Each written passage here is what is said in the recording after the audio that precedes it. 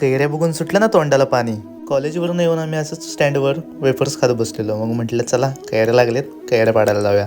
ऊन आणि धूळ खूप असते त्यामुळे मी असं बांधून घेतलं आणि कैरीच्या शोधात आम्ही निघालो. देवरुख घाटातून जाताना आंब्याची खूप सारी झाडं आहेत.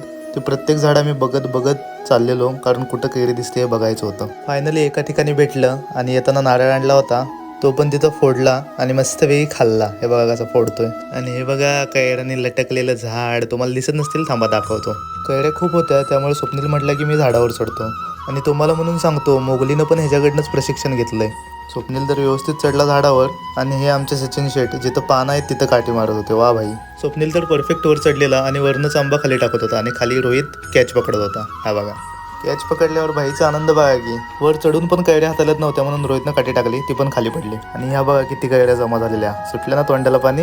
त्या कैऱ्या मग आम्ही गोळा केल्या आणि एका झाडाखाली येऊन बसलो. घरून येताना मी तिखट आणि मीठ आणलं होतं.